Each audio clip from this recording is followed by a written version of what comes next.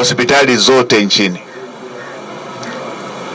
mama mjamzito ambaye ameshapatwa uchungu, ameshafika hospitalini, ana complication au hana complication, asisubirishwe kujiandikisha kabla hajaanza kupata huduma. Apelekwe kwanza kupata huduma.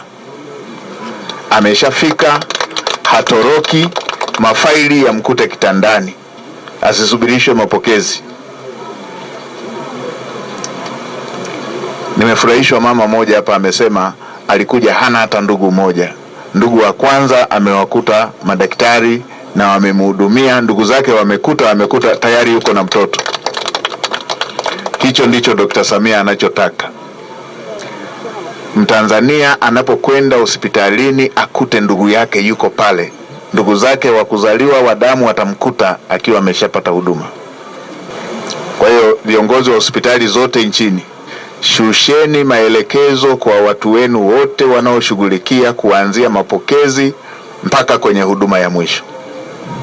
Najua madaktari ni professionals, hatutegemei jambo la tofauti. Huku kwingine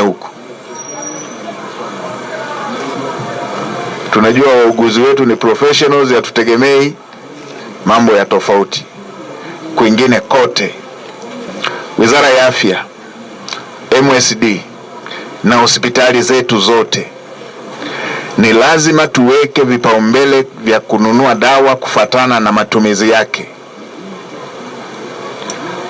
Hii story ya baadhi ya maeneo mwananchi kupata vipimo vyote, alafu hospitali kubwa ya serikali ya nchi kubwa kama Tanzania anaambiwa dawa haipo, nenda kwenye kioski kule ndo upate dawa. Hii sio story inayopendeza.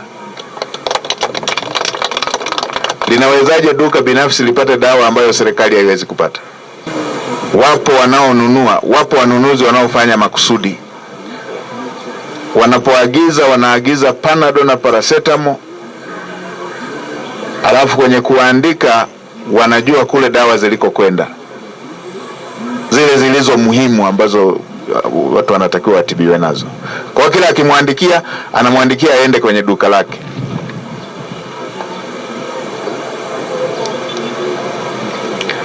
Kama duka binafsi linaweza likapata dawa hizo, hospitali zote, maduka yetu yote na yenyewe yawe na dawa.